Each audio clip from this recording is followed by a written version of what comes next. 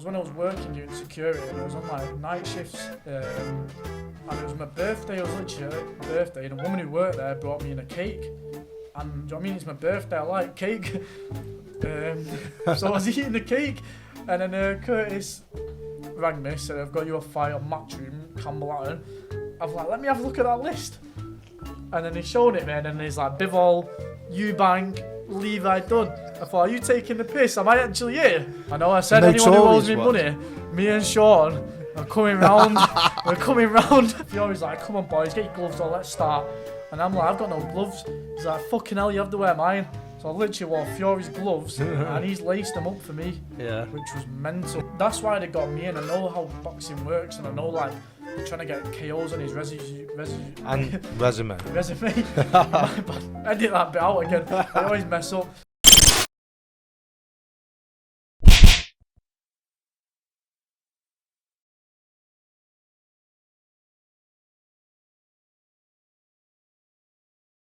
Levi Dunn. Yes. Chili Dunn. You, Johnny. How you doing, mate? Good man. Straight from the gym, straight down to see you and talk some shit for the camera. Right, let people know, Levi, you're going to be a big part of the channel. Yeah. The reason why I want you a part of it is you've got a good story to tell. You're a professional fighter, but you've come from basically with no amateur experience. Yeah, like 8 unlicensed fights. You've done bare knuckle boxing. I'll put that up as well. You've done clips of that. So you've done bare knuckle boxing. You've done white collar boxing. You've done pro boxing. You fought on a PPV card. Yeah. So you know what you're talking about, and I think it's a good story to tell. What was it like going into a training camp and putting all? You've done camps, like what? Imagine training for that long. Because to be fair, it's weird with me because being on the road, especially like 4 or 6 rounders, you can literally get called up a day or two. It's not. I think there's been one fight where I've actually had a month's notice, but all the others have been a week or less.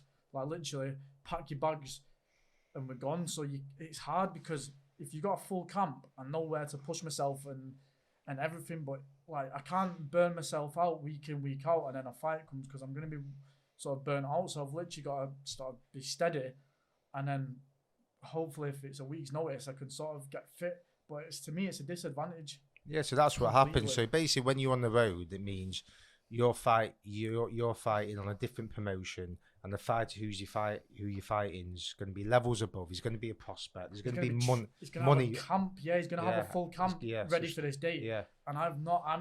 So you might know. You might not know you're fighting like Campbell Hatton. You didn't know. That was literally. It was when I was working doing security, and I was on like night shifts. And it was my birthday. It was literally a birthday, and a woman who worked there brought me in a cake. And do you know what I mean? It's my birthday. I like cake. So I was eating the cake, and then Curtis rang me, said, "I've got you a fight on Matchroom, Campbell Hatton." And how long was this? This was the week before. Yeah, I think that was on the Friday. So this was on the big Joseph Park and Chisora. Yeah, and Katie Taylor, Jonas. And you were the Bivol and fight before. Bivol, you were fighting above Bivol. Yeah, I was in between 2 world title fights. Yeah, you were before Taylor and Jonas. Yeah, I was after Eubank and Morrison and before Taylor and Jonas. Yeah, that was I didn't believe that when I went. You were above Bivol. Yeah, that was mad in between world title fights. Right, so explain to me the process of that time when you were fighting Campbell Hatton on the Parker Chisora bill. You were in a bubble, right? And in that particular bubble was mad characters, Eubank Jr., Roy Jones. Yeah. So just tell me that process of how you got to the bubble and the hotel. Where was it? Just explain it. Yeah, so in the bubble, Curtis was actually in London because Stephen Jackson. Curtis was the ex-manager. Yeah. So Curtis would normally come with me to any fight and be there. But Stephen Jackson was fighting on BT. He'd done 4 or 6 rounds with Andrew Kane. He was the first person to go the distance with him. Yeah. So Curtis was in London, so I actually had to make my way down there myself. I literally brought my gym bag with all my stuff in. Yeah. Got on the 59 bus from outside my house, and they dropped me off. Right, so you got the bus to the hotel? Yeah, because it made sense. It was right outside. And you're fighting on pay-per-view? Yeah. I should have got a Rolls Royce down. So tell me. And you didn't pay me enough. So tell me, so you go into the hotel, was it the Crown Plaza? Yeah, and So what happens? Was it anyone, other people in the hotel? Was it just the fighters? No, because it was the bubble. Because it was proper in COVID, the pandemic. Yeah, so I don't even know if the hotel was open or there might have been another section of the hotel open, but I don't what think happened? there was. You went into the hotel. Yeah, so I get there and it's not the main entrance. There's a bit on the side. I've got all the photos in for here because I was like a fanboy. I was picturing everything. Yeah. So I got there. They didn't. Obviously, it was all COVID mad time, so I had to have a COVID test outside. Then just send you to the room, and then I had to just chill in my room. So you're chilling in your room. So do you see any? What? No, characters? so I wasn't allowed out of my room until the COVID test come back. So you hadn't seen any? No, but luckily on the other fights you've had to wait a full day. But luckily they come back in the evening, but it was quite late, like maybe 9, 10. So you're just by yourself at this point? Yeah, in my room, just chilling on my own. Like I spoke to a few people, obviously on the phone. Getting room service. I got food. Yeah, the food was really nice actually. But yeah, because I was actually amazed I was there. But you know what?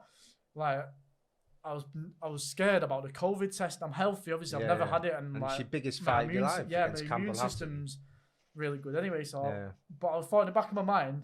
Yeah, imagine it come back negative. Then I've got to positive. I've got to get So if it comes up positive, I can't even get a Rolls Royce.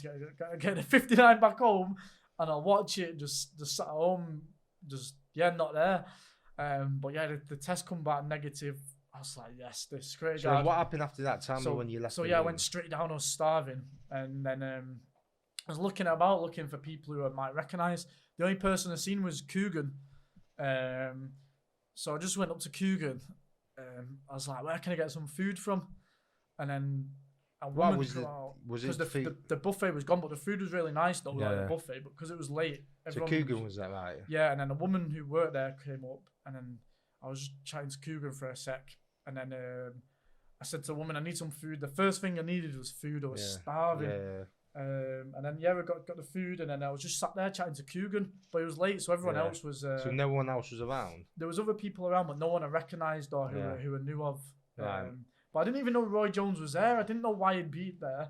And then I've gone back upstairs, and then that might have been the day after actually.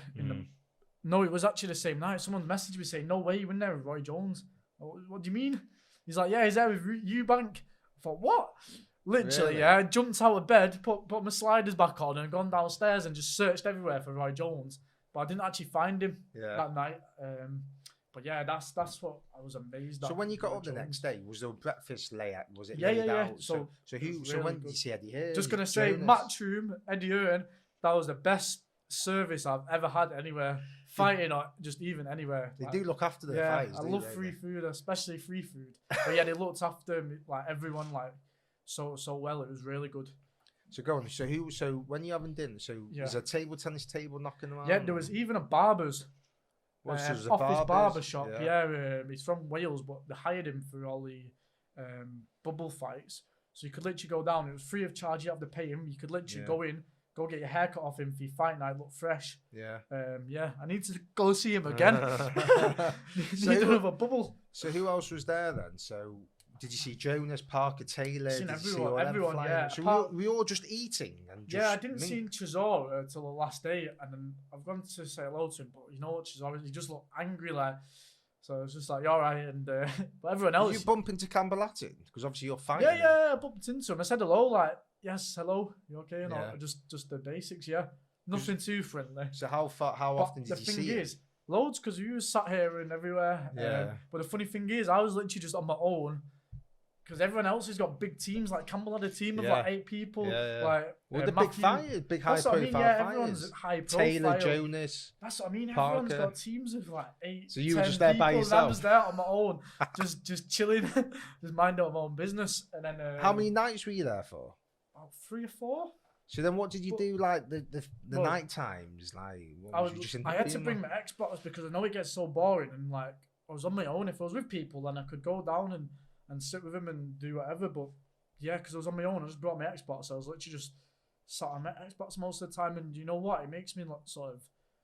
I don't like thinking about the fight. Sometimes you just want to be calm, and do you know what I mean? And yeah, takes it. So what about so when you're getting nearer to the fight, you're Campbell Latin, obviously, you're there to lose. To be fair, a guy come up to me and said, Yeah, they're planning to take you out with body shots and just take you out of there. This is while I was having like my lunch or something. I was just laughing like they're not gonna do shit. Do you think they're gonna wipe you out? Yeah, That's I what knew they that. thought. I knew that because I'm not actually a lightweight. I'm a super bantamweight. Yeah, and he was a big lightweight. I know he's massive. Look Massive. at the weighing forwards. I'm sucked in, skinny, like getting blown away in the wind, and he's like absolutely like bursting through. But yeah, like that's why they got me in. I know how boxing works, and I know like they're trying to get KOs on his resume. Edit that bit out again. I always mess up. But yeah, on his resume, do you know what I mean? To build fighters, that's how the game goes. They look at me like someone else, but at the same time, I've got dreams and inspirations as well. But because I've been put on a road. But how it worked was they knew. They gave you literally a week to prepare. Yeah, everything's in their favour. He would have been training for like 7 weeks, 8 weeks. I think he did have another opponent, and he dropped out for whatever reason. And obviously, I was active in the pandemic. I fought 2 weeks before, but that was at 9 stone. You were really active. Yeah, that was at 9 stone. That was at super bantamweight, and that was probably my best fight. And I love fighting at that weight. So you're taking fights like 3 weight classes above. Yeah, people might go, "Oh, he's lost every fight," but they don't understand. I always say context tough to guys. everything. Yeah, look at if I Mark McKeown fought yesterday. He was your first fight. 6 rounds as well. Monster. Yeah, that was he was the toughest guy I've fought. Like some of his punches stung. Yeah. Like the adrenaline gets you through, and you don't really feel it when you're in there. But looking back, like some of his punches. And he's the only one who stopped you. Yeah, and he wasn't really stopped. I don't think he should have carried on. The ref said this: if it was 4 rounds, it was like 10 seconds left of the 4th round. He said if it was scheduled for 4, then you would have always got through it because he could see it getting worse. But I just needed a breather. To be fair, I thought if I could get some energy back in the 4th. Obviously, I don't know what happened. I could say this, and he could have stopped me, or I could have gone on to win the last 2 rounds. But I could have got a breather then and gone back out. But the ref knew better than me, so the ref's obviously in a position to save me, and he's probably done the right thing. So every other fight, you've not been stopped. So when you're fighting Campbell, you get in the whole matchroom service. You're on the press conferences. You want Eddie Hearn. I remember you were there, and Eddie Hearn was there. Yeah, literally. What was that like? They've told me you're going for a press conference, but I didn't see Eddie because Eddie wasn't. He wasn't really around when everyone was eating, and because people might bother him. I don't know what the scenario is, but I didn't see him. And then they said we're going for a press conference, but at the same time, I didn't know how far up I was on the bill at first. I thought I might just be at the bottom, so I didn't know if Eddie would be there. Then they've told me to like go up, but I'm looking at all the cameras. There's like 20 cameras and like media and everywhere. Yeah. Then I've sat down and I was looked up, and like Eddie's just there next to me. I'm like, this is mad. But do you know what? I said it to Coogan on the interview. The law of attraction, everything what's happened there, I've always envisioned and pictured myself here anyway. Didn't envision myself sort of doing it on the road, but I just always envisioned myself on Matchroom. Was it the first time you saw Eddie Hearn? Yeah, in person, yeah. I've never seen him before. But yeah, look, it was mad. Like, I've dreamed, I've always, everywhere, like the way in, the press conference and everything, and then when you're actually there, it's like, it's a hard feeling to actually describe. What was it like? Because I like the fact that, because I'm a fan yourself, you're a fan. Yeah. And the funny thing was the last time I saw you was in the gym, was in like a commercial gym. Yeah. I was hitting the bag on that. That wasn't, I don't think, was it about... That was 2 years before. Yeah, not even 2 months. It was about... It was about 14 months before. 14 months before that. I think just before I went with Kurt, because I was literally, I wanted to fight. I was unlicensed, wasn't I? And I was literally, I had no trainer, no coach. I could just get fights. I was literally on a group on Facebook called Semi-Pro Boxers and I forgot the name of it, but it's for unlicensed fighters looking for fights. So I'd literally go on there. Did you have your pro license then? No, I didn't have a pro license. So you just fight so obviously with unlicensed, you don't have to have nothing. It was easy for me. I didn't know how to go pro or but in hindsight, I would have done my amateurs and I would have done it properly. But it was the pandemic and I didn't know what was going on, if everything was going to get back to normal. Amateurs were stopped, so I thought I might as well go pro, and I don't regret it. Don't get me wrong, I've had so many good opportunities, but in hindsight, I probably would have stuck with my amateurs and like to excel in my amateurs. Yeah, but it's mad that all right, you do where you fight it, but all of a sudden you've gone to fighting white collar shows or training with me, basically with Danny. Yeah. Just basically, and then the next minute you're on TV shows in the pandemic. You're coming out with no fans. Yeah. So you had that experience. I was just gonna say I actually quit for a while, and it was funny. I was in America, and I was training, but I wasn't focused. I had other stuff, and then I split up with this girl I was seeing, and I had a fight, and I lost it on this unlicensed fight. I wasn't really fit or anything. I wasn't like I just took it fast, and she's like, "You shit at boxing, like this and that, like nothing, like you might as well quit or something." Yeah. So I was like, "Fuck it, I've got like." When someone says that to you, no matter who it is, if someone says like you can't do something, to me, that's like. Why did she say you quit? Who was it? Like a promoter? No, it was a girl who was seeing. Oh. But right. So I lost the fight, and then she's obviously just trying to give me shit, saying like you shit at boxing. Yeah. But anything else, I'm not bothered. But with boxing, something I'm passionate about, like. Well, you done bare knuckle, haven't you? What's that like with the fists? Was pretty. I quite was enjoyed it like that. being hit with the just bare compared to boxing? I didn't get hit a lot. Not gonna lie, I got one clean punch. You are tricky to hit. I'll give you that. You are tricky to hit. Oh yeah, I'm just naturally. I don't like getting punched. Do you know what I mean? It hurts. So I won't let you hit me. But I remember Slippery. John Spencer, who actually trains with Curtis now. He's a tough motherfucker. Is that who you fought? Yeah, that's who I actually fought. I didn't know him at the time. BKB, right? Was it BKB or? It was BFC. no. What's it called? Is that Sean Smith in it? Yeah, Sean Smith. Bare knuckle. BKB. I don't know it. There's such good people, oh man. Like they always message me, Stu Armstrong and yeah. Sean Smith. Is it yeah, Sean? sorry. The debt Do you know what? Yeah, we watched him on Vice that about 10 years ago. And after the fight, I was like, "Fuck it, I watched you on Vice smashing that steaded up." And now I'm fighting. Yeah, he slaps him, doesn't he? Yeah, and then I went to Eddie Earn, and then I went to Frank Warren, and just went everywhere. Characters, haven't you? Yeah. What was he like, that Sean? He's a good Sean guy, Smith? yeah. Him Is and that his name? Yeah, Sean Smith. Yeah, him and his. Is he his notorious? He can't be a gangster now, surely. I don't know him, but he's a nice guy though. Is he? Yeah. You don't mess with him. And now. his wife Amanda and all his children, like they're all respectful people. Yeah. They're not like obviously on the video. You look like someone you don't want to fuck around. Well, I with. would. It was a debt collector. It was on Vice. It's a good watch. I know. I said anyone who owes me money, me and Sean are coming round. We're coming round. Oh mate, he's a fucking character. So I love that documentary. Oh, it's mint. I can watch it over and over again. It's quality. Yeah, it's funny, man. So you met him. You've done bare knuckle boxing. I only done one with bare knuckle because literally, this was when I was looking for any fight. Or when I was on this group on Facebook, I was literally just training myself at David Lloyd's. Just like shut up. I was literally in there every day, though, like 3-4 hours a day. Though I was putting work in. I could do more, but I was like, that's what I saw you. Yeah, I was putting work in, even though I didn't have a coach and a trainer. I'm still passionate about. Even though I've not actually got a trainer or anything right now. I'm still training myself, ticking over. But so you still want to fight, don't you? Yeah, it's obviously everything's a bit up and down right now, so I can't actually fight. So you were with Curtis Gargano, right? So you've gone from bare knuckle. Then I saw you. Did you do bare knuckle before that? Yeah. So literally, I took the bare knuckle fight, and then I took the bare knuckle maybe on 10 days, 2 weeks notice, I think. Yeah. Did you win that? Or did you lose it? Was a draw, but was it? He was the home fighter, but it was so I feel like I won that. It was a good fight though. So yeah, I met Curtis just after I agreed to this fight, and then so I trained. And that's Curtis Gargano, Curtis Gargano, notorious for being one of the best journeymen. He's lost everything. He's got a record of having like 50 losses, 50 fights, 50 losses. He won one. No, he drew one. His debut. He drew and people might laugh at that, but people don't understand that. Yeah, he's not a journeyman who's just going to get blasted out. He's going to give prospect tough, rounds. Tough like, motherfucker. I think he went 34 or 35 he's fought everyone, fights. Yard and... Yeah, Yard. I think he went 34 or 35 fights. I think that maybe been in a full year without ever getting stopped, which is a hell of achievement. Yeah. No one could do it. No, people don't understand. Seamus Devlin, who's with him now, he's probably... He might beat him, actually. He's a tough bastard. Is he? Very tough bastard, yeah. So when you're in that gym, that setup, yeah, because it's not fight... Their job is not for you to win world titles and for win... People, no, I always say... It's hard.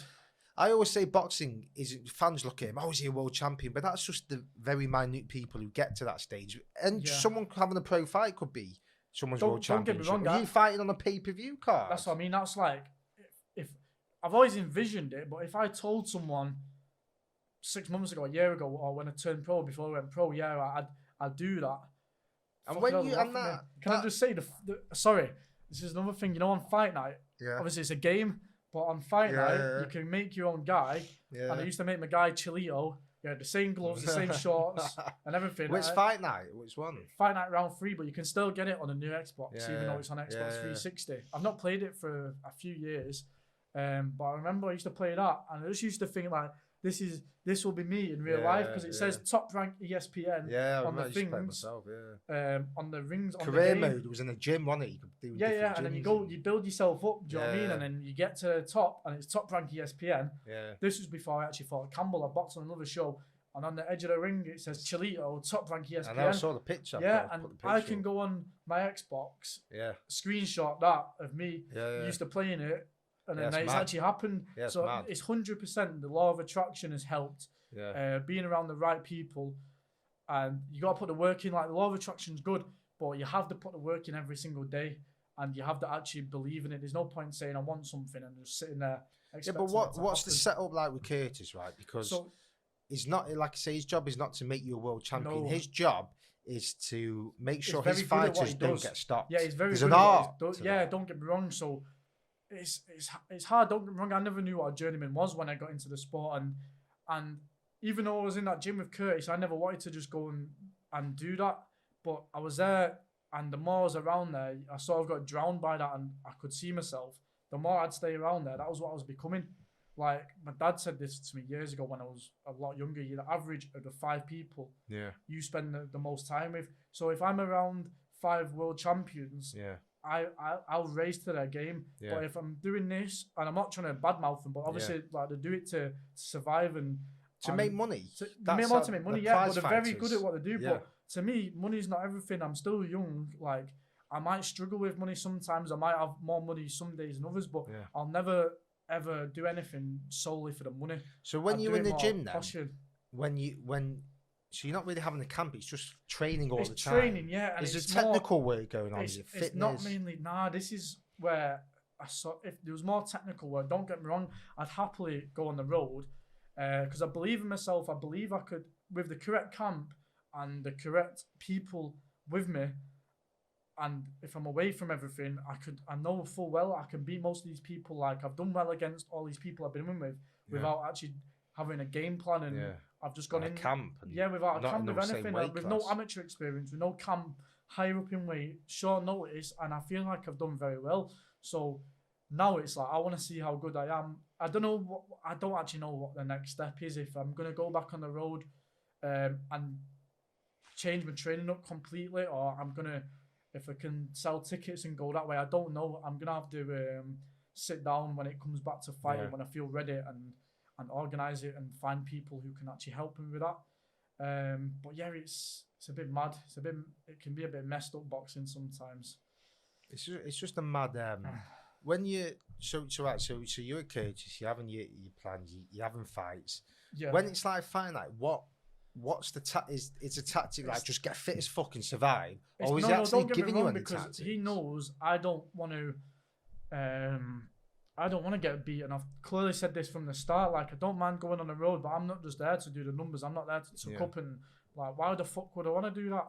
Like, deep down in my heart, like, you want to win. Yeah, these losses have hurt. Don't get me wrong, but I feel like I was developing each loss. But after the last, I've not really talked about it. After my last fight when I fought Bilal on the Frank Warren show, it hurt me so much. Like, losing, it was like, what's the point boxing? Like, if I'm just gonna keep doing this for what, to make a couple grand a fight? Like, like I said, money's good, but when I get to 40, 50, 60 year old, I'm gonna look back and think I've lost all these fights solely because I was greedy for the money. Yeah, and that's not what I want. So how do you go then from having no amateur experience, being a journeyman? How are you gonna get yourself in a position where you're in a top class gym? Basically, I'm not saying Curtis isn't a top class gym, but he's not at a certain level. Curtis, he's a master at what he does. Yeah, but he's not gonna tactically tell you how to win a fight against a world class prospect. Don't get me wrong. Like,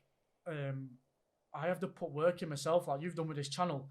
I don't know where the next door's got to be. What I've got to do is just sort of keep working, and I And feel like you'll take opportunities. I'll take. Yeah, don't get me wrong. I'm not gonna right now. I'm not rushing in. Like people have asked me if I want What to come weight? down and train. What's the main weight? What weight? Do I want to fight Yeah. at? Super bantamweight. But if I feel like if I have a nutritionist and the correct trainers who actually know nutrition and how to lose weight correctly, because I had to learn myself how to like water fast and strip weight, and no one's ever taught me. So I feel like with the correct people around me, I could happily make bantamweight if I did have a correct camp, and that's what I want.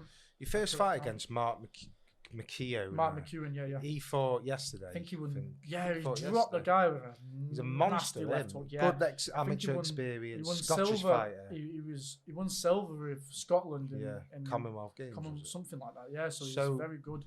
So you fought him. He beat an undefeated fighter after me, and he whooped him. I think he knocked him out. Well, that's the thing, because I remember I was speaking to you, and you were saying, "I'm fighting," and it was like when there was no fights going on. Yeah, it was mad, wasn't it? I watched it. It was on Eurosport. I'm sure it was on MTK YouTube free. It was on a free stream. Yeah, it was it. Yeah, yeah. Was it in the car park, that first fight? No, Eurosport was the car park one. That was the second one with Josh Holmes. So this one with Mark McKeown, you come out. Remember, you had the whole. There's no fans there. You had the mask on. You're coming out. Yeah. So when you're getting in there, to your pro debut, fighting a monster, are you thinking, "Fuck, what have I got myself into here?" Looking back, I have to tell myself these fights. Yeah, that sounds mad. I had to tell myself this guy was like basically harmless and he's not going to do anything. So in my mind, mentally, you guys. Yeah, I had to tell this guy that. I had to tell myself that this guy will not do anything and like he won't hurt me. That's why you've got to tell yourself that. If you tell yourself this guy's a killer, you're already doubting yourself. You've got to be confident in yourself. But and you know what? You did so well in that fight, because I know you are slippery. You're not easy to hit. Yeah. Which is why you've never been stopped, apart from this fight. Wasn't really I feel like if it was 4 rounds, everyone else. Then it would have. Was it 6 rounds? Scheduled for 6 on the debut. debut. There you go, on your debut. And how long did you have to prepare? I think it was maybe a few days. A few days to prepare? Yeah, obviously I was in a gym. And but you didn't know about it. So. No, I know. I didn't know what was happening. Like, I didn't know. Curtis always said, like, look, I'll get you a fight. But obviously we didn't know if shows were coming back. So it was like, the only shows was TV, and obviously I'd picture myself on him, but I didn't think I'd just jump straight onto, that's like unheard of, jumping straight onto like a televised show, especially in the middle of a pandemic. What weight was it? Super feather or feather. So again, you 2 weight divisions. Yeah, but I was in quite good shape then. So what were you like when you're coming out? You're in the ring, you're seeing this fucking monster opposite you. Are you thinking, fuck me? Or are you thinking, no, I didn't actually do that. I was all right until I think when I felt his power, then I was sort of more on the back foot. He was not busting you, putting his punches right through your stomach. The commentators made it sound worse than it was, but don't get me wrong. And you took all the shots. Yeah, you got to be told. This is what I was saying. You've got to be prepared mentally. Like when you get hit, some people be like, "Oh, it hurts."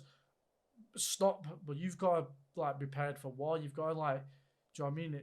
You can't be a pussy in there. You've got to be tough, man. You've got to get through it. So you went for the referee stopped it. Was it in the ref stopped it? Yeah, I didn't get dropped. But you wasn't dropped. Like have you ever been dropped? Off Umar Khan, which was, I think it was, but I was off balance. It wasn't like. But you're not getting wiped out, are you? No, that's what You've I mean. not had fights. I see a lot of journeymen when they step up onto these big televised shows.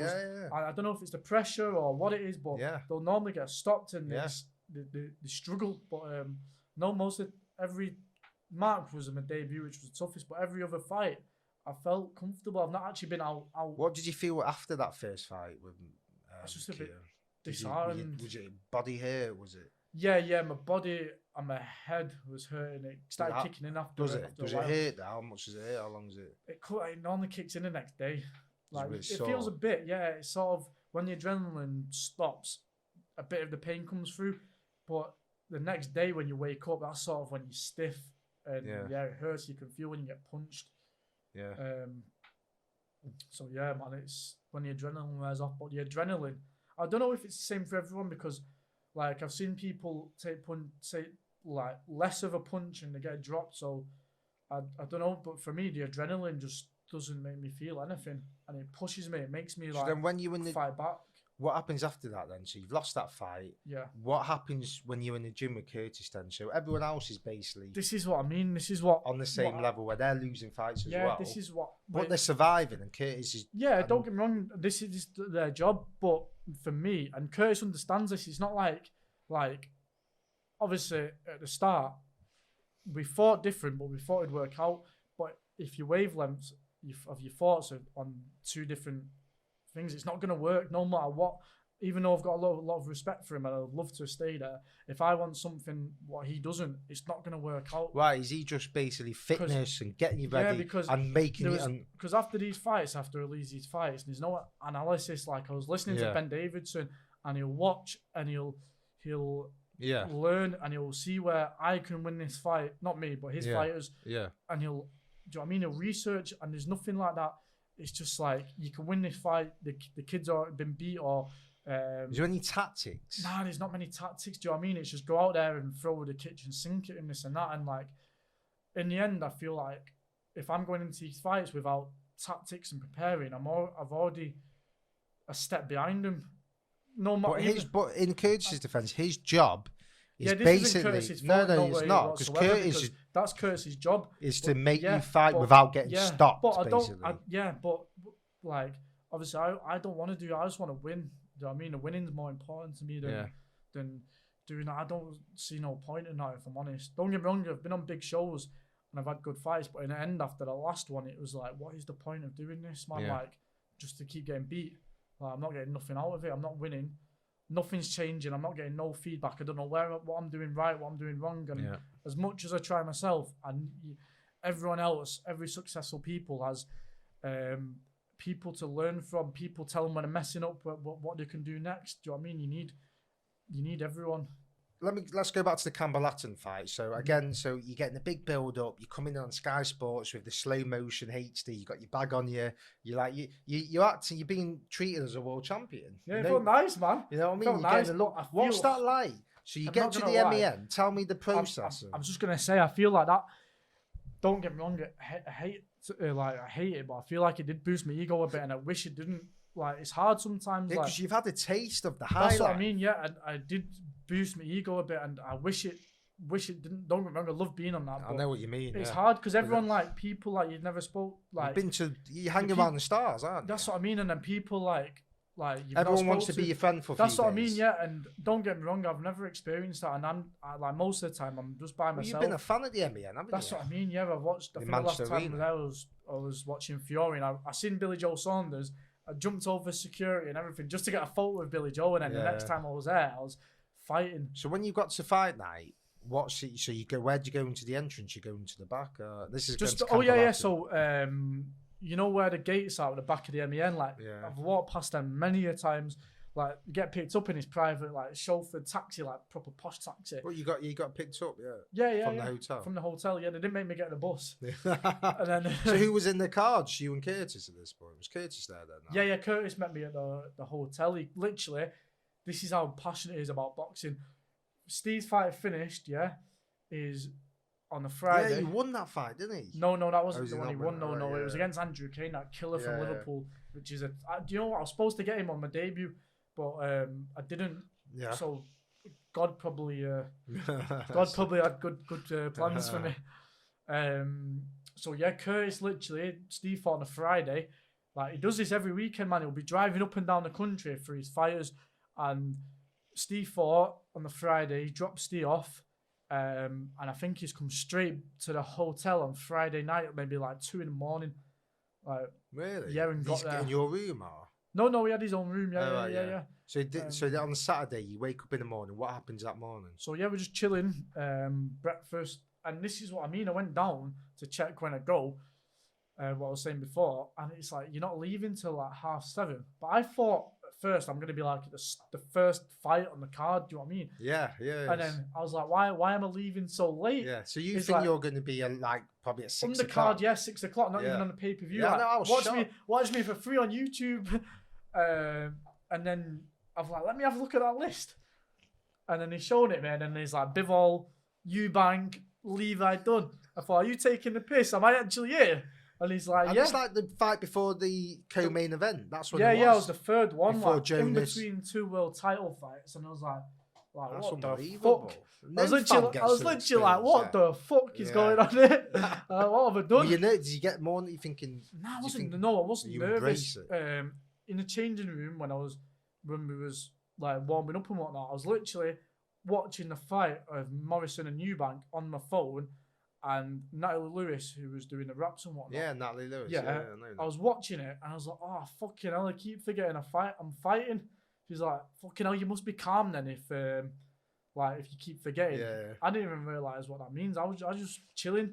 So you at the MEN? I was chilling. There's no fans there. That was the most calmest I've ever been for a fight. You're not nervous at all. Nah. So a big pay-per-view show. No, it was weird. Like you'd think that, but I feel like because I've envisioned boxing on Eddie Earn's shows and Sky Sports, like I've already felt it and I've already had the nerves and everything else, so it's normal to me. Yeah. And yeah, when I was out there, I was calm. I was dancing down to the ring, like skipping down to the ring. And how many rounds was it? It was only 4. But I feel like with the correct camp, if it was more rounds, I could showcase more of my ability. So when you get in there, so let's talk about Campbell Hatton. Yeah. Prospect, not so good, improved. What would you say as a fighter? It's only early stages, but like I don't like to slag anyone off, and don't get me wrong, but I don't feel like he'd be on that stage, obviously, if it wasn't for his dad. Yeah. But yeah, obviously anyone. How did you feel when you were fighting him? Did you feel he's a top class fighter compared to other fighters? I don't know now because he threw a lot of volume. Is he strong? Is he fit? Yeah, he's very fit and strong. Yeah, but no, he's not all his punches was landing. I outboxed him a lot of the time. I felt, but that's like I said, I wasn't really fit. He was going to the body though, wasn't he? Yeah, that's what their game plan. I already knew their game plan before they stepped in, and that's why they got me in there. They was trying to take me out with body shots, and every time he got close, Tony Bellew said it on the dozen commentary. Every time he got close, I was tying him up, making sure he couldn't get off because he was trying to let them body shots off, and I was tying his arms. It would have been Sky Sports then, not DAZN. No, there was actually on DAZN. Oh, was it? Yeah, there was 2. There was a Sky Sports commentary, and because I've watched them both, it's on YouTube, but it should still be on YouTube. It's not got nowhere near as. Someone filmed it. It's not. It's not actually on DAZN. But you can, if you type in my name versus Campbell Hatton, but it's different commentary, and I'd like to see what they were saying. And Tony Bellew said it. He's literally tied Campbell Hatton all night. I've nullified his best shots, and that's what I did every time he got close. I made sure he didn't do anything. Make sure he's planning to plan. So what do you do? Just grab hold of him or just slip, dip in and out? No. If he's getting close and trying to get hold of me, I'll hold his arms and I won't let his arm. Yeah, I won't don't let him let his bavards and whatever I need to do. It depends what the situation is, but I'm not letting him punch me in my body. And Jack Catterall done it very well last night. The same thing. You've got Mayweather does it very well. I study it like basically everyone, and I'm just studying what these greats have done when they're in close and it's a body shotter trying to get close. They make the target Mayweather small. Does it perfect. Yeah, you've got to tie them up. You can't let them to their advantages. You've got to show them like you're not doing this. You're not getting your shots. So what happened after the fight? So he gets the decision. What happens after it? What happens then? Well, I thought we'd be allowed in and out of the hotel, this and that. So I got my friends come to pick me up, and then I thought I'd stay in a hotel. Sorry, I'd go out for a bit with my friend. Maybe, I don't know what I was going to do. Maybe have a few drinks or something, and I'd go back to the hotel. Then when I've got there, I've gone to get my bags, and I've said to security, like, I'll be back to me. And he's like, you can't come back in because it was a bubble. He said, you either go out and you stay out, or you can stay here with everyone. But my friend was outside, and I'm not just going to make him come up and get off. So I just went with him, and then literally I went back to Prestwich, got a takeaway. What, on that Saturday? On the Saturday night, like literally, my friend Doogie picked me up. He used to actually live right by here. Yeah. He picked me up. We went to Prestwich Village, but it was late. It was maybe like 12 at night. Yeah. Milano's, which is probably disgusting. I don't even normally eat that. Is that a takeaway? It's a takeaway. I don't even normally eat takeaway. If I do eat out, I'll eat something good. Yeah. But I try to eat at home. So I was starving. Went to back to Prestwich.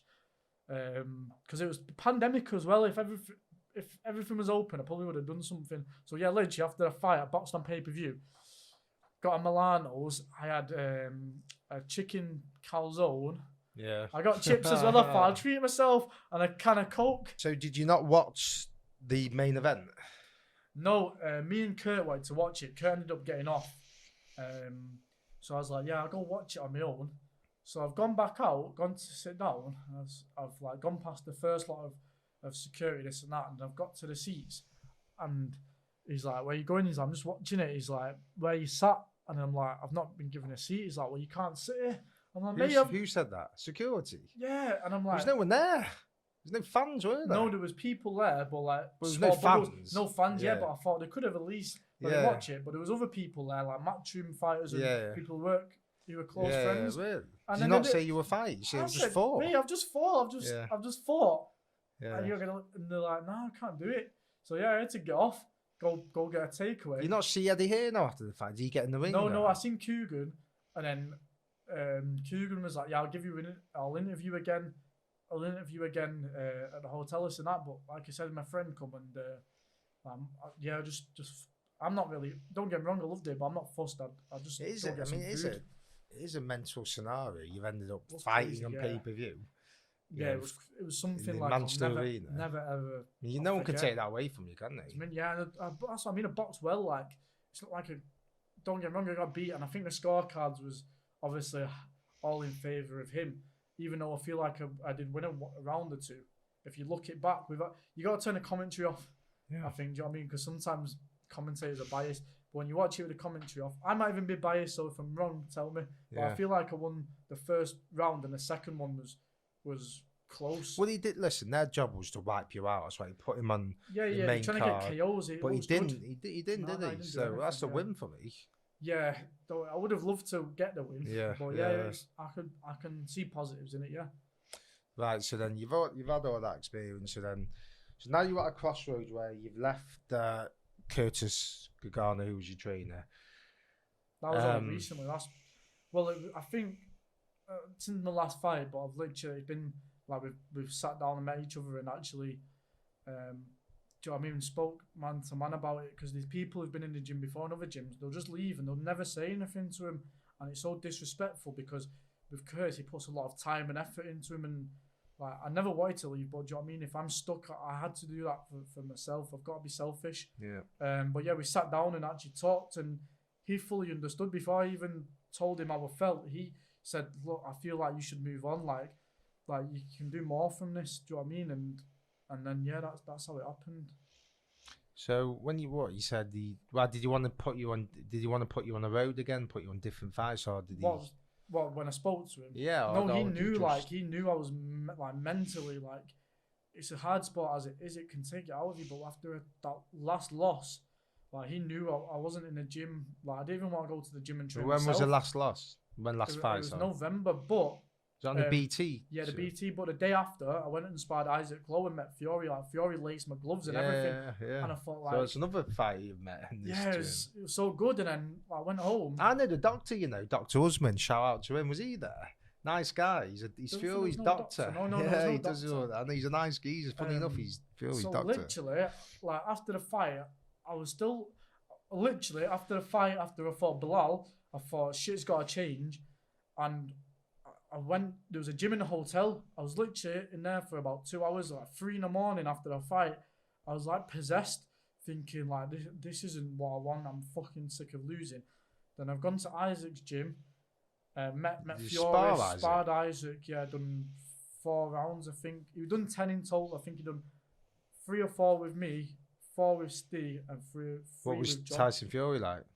Funny man, he's obviously as a character. He's just is he? Yeah. That's what makes him so good. He laced my gloves. That's another thing memory man. Because Curtis wasn't there yet. I drove up myself. Steve drove up with Dan Booth. So Fury was we was waiting for Kurt, and Fury's like, "Come on, boys, get your gloves on. Let's start." And I'm like, "I've got no gloves." He's like, "Fucking hell, you have to wear mine." So I literally wore Fury's gloves and he's laced them up for me. Yeah. Which was mental. And this is Jim in Morecambe, isn't it? Morecambe, yeah. It's literally a Morecambe Football Club around the back. It's part of Morecambe Football Club. He's got his own part. Yeah. But as I've got into the parked up, an SVR's parked next to me, and I thought I could hear it. I thought, this is Fury. But yeah, I got out, and then Fury was there. I was like, yes, Tyson. What's going on? Is he how he looked? it comes across. Well, yeah. Like he was just saying, "You're not okay." a cocky dick. No, he's not a dick. No, he's just like. Seems like a good. He's guy. just a character, like proper, like he'll just speak his mind. Like he's not scripted. Like whatever he thinks, he'll say. And that's. Was he in the corner with Isaac then? When I was sparring, yeah. He was telling us to twat him. Like he said, I said, "There's £100 here. If you drop him."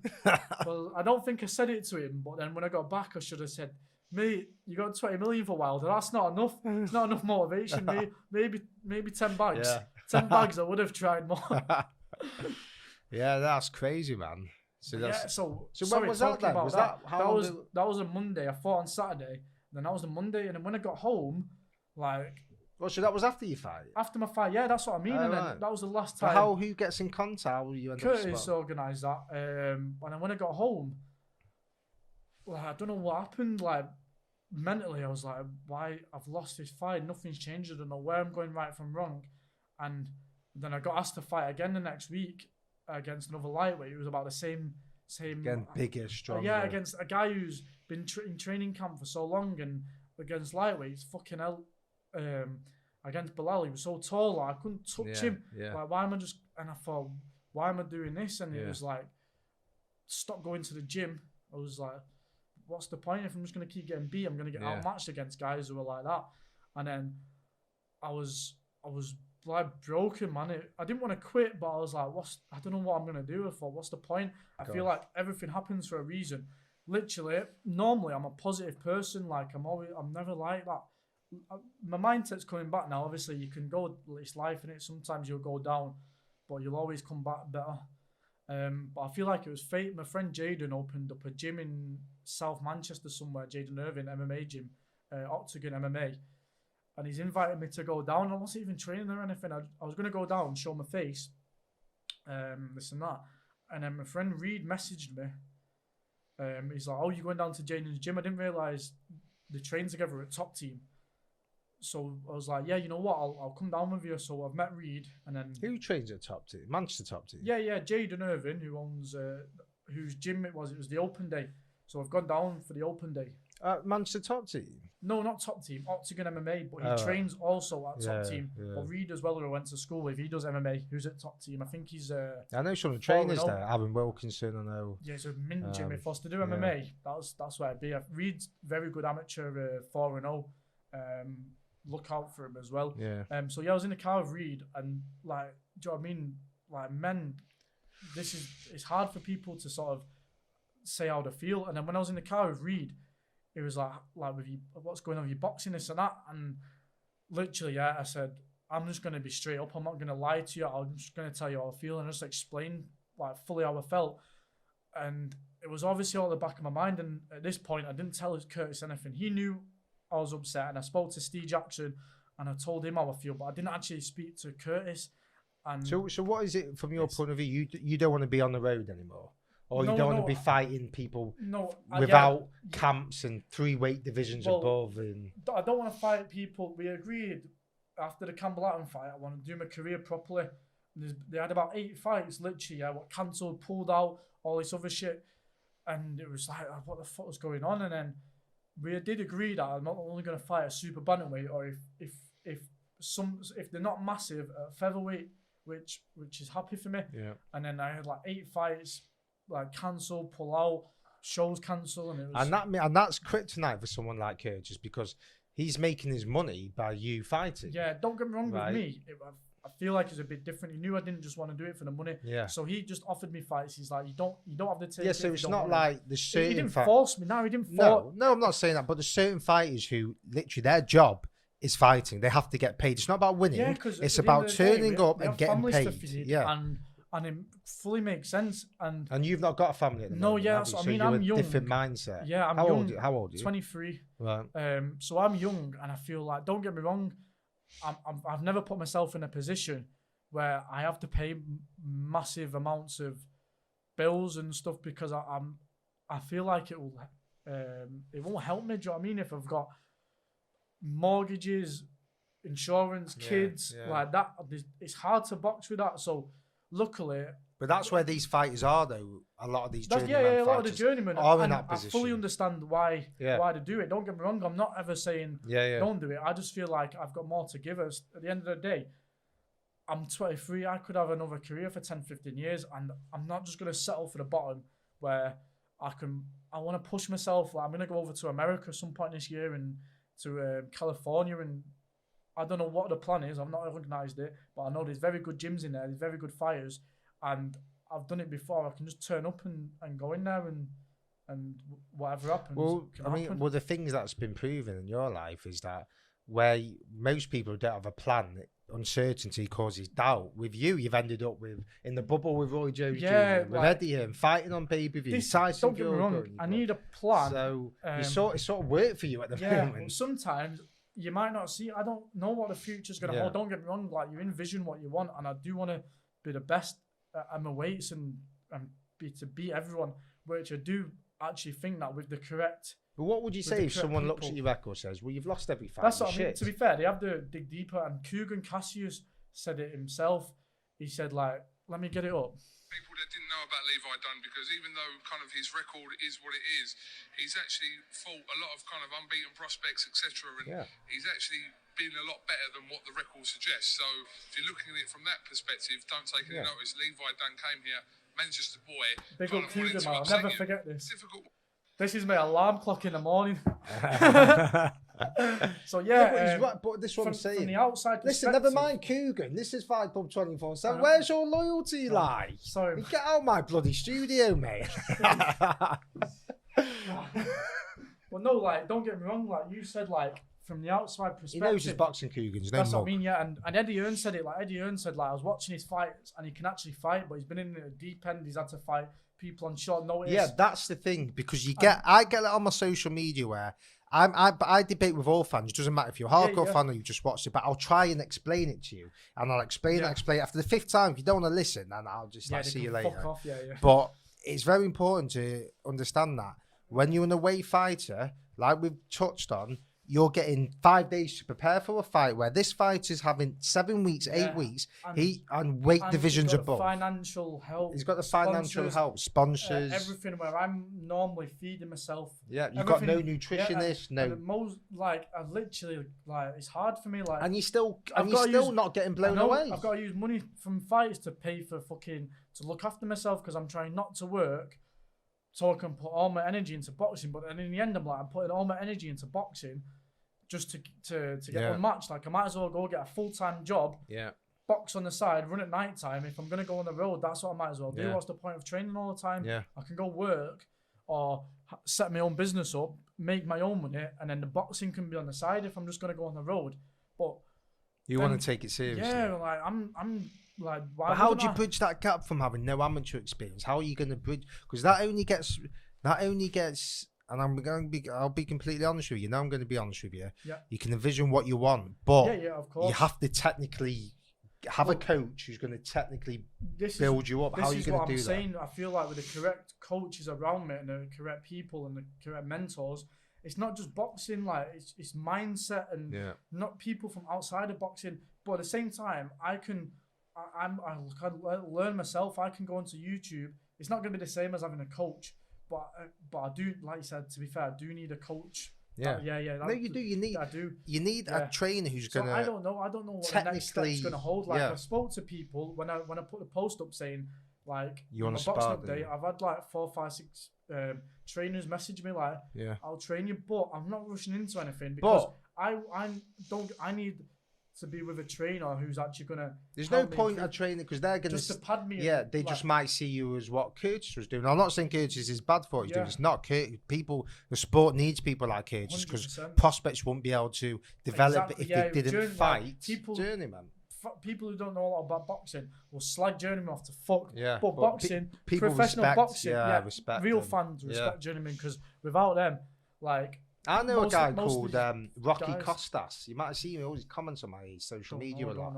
I know him through social media. Good guy, and he was like a Curtis, journeyman. Yeah. Never really got stopped for everyone. He's very well respected in like London and even throughout the game. And like it just shows. It shows people in the game respect you. I mean, you get fans, you go, "Oh, his last 7 fights, he's crap," or you might get people saying, "Oh, he should pack it in his last 10. He's lost 10 fights." But those are people who've probably never been in a gym or can't. That's what I mean. Shot, Yeah, it's so easy. they don't understand. It's so easy for someone to talk when they've not done it.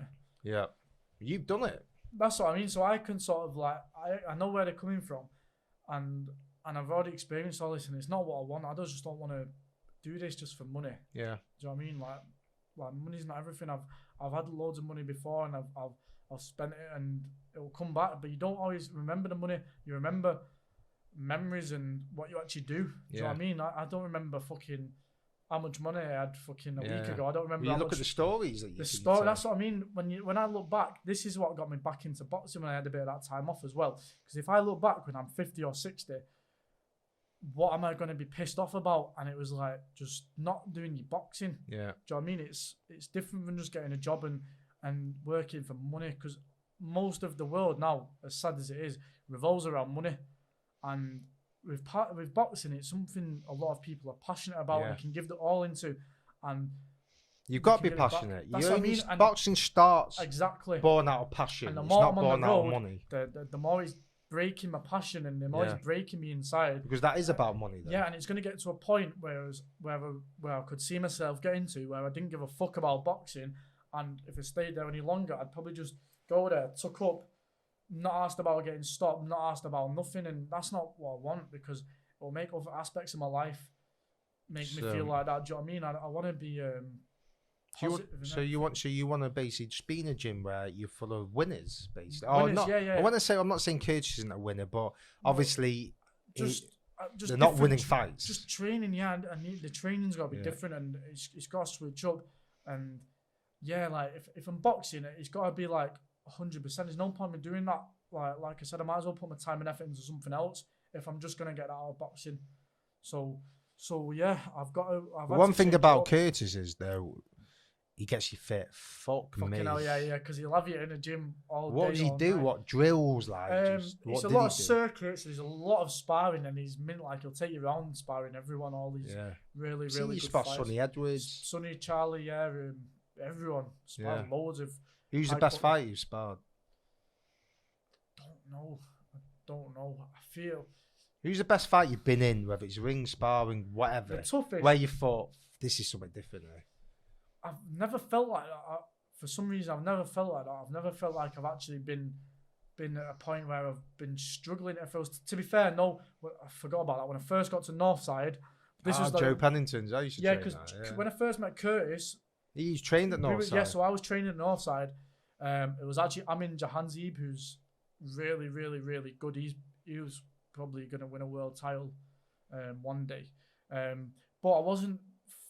Obviously, he's a very good fighter, but this was when I first met Curtis, and I'm not used to his fitness. This was on the first week. He just threw me in there, and fucking hell, I threw up in the ring like this. I was not my adrenaline. Like my nerves was kicking in more. My adrenaline wasn't in. I was like skipping around the edge of the ring, not trading, just waiting for the bell, just to go. Right, yeah. And then, he's mate. That was one time, where I was just like, I just want to just get me out of here. Yeah, you want the bell to go. Luckily, I threw up and I got out. Not luckily, I wish I could carry on. But fucking hell, I threw up. He's that good. He dodged my sick. He's gone, whoa! and then that was it. Yeah, well, fair play. A lot of people would have packed it. A lot of people would have packed it in then. And a lot of people at my stage would have packed it in or just settled for the road. And a lot of people do, but like, I don't just want to settle for the bottom. What's the point of that? Like, don't get me wrong. Like, I'm gonna set my levels high. If I don't reach there, I might not reach there. I'm hoping everything does. Well, is there but don't get me wrong. I'd rather try to push myself up there and it doesn't work, rather than just stay here and never see what's going to happen. Is there a scenario where you never fight again? Is that a possibility? Well, it is, if nothing happens. I don't want that to happen. Would you not go back to white collar or nothing like you could? How could you when you go? I know, I don't know if I'm skint and he £100. I might just go back, shout me. So I just gotta get to the future now, make some more memories. Yeah, no, I'm looking forward to it, man. All right, bro. Good work, man. Thank you. Man.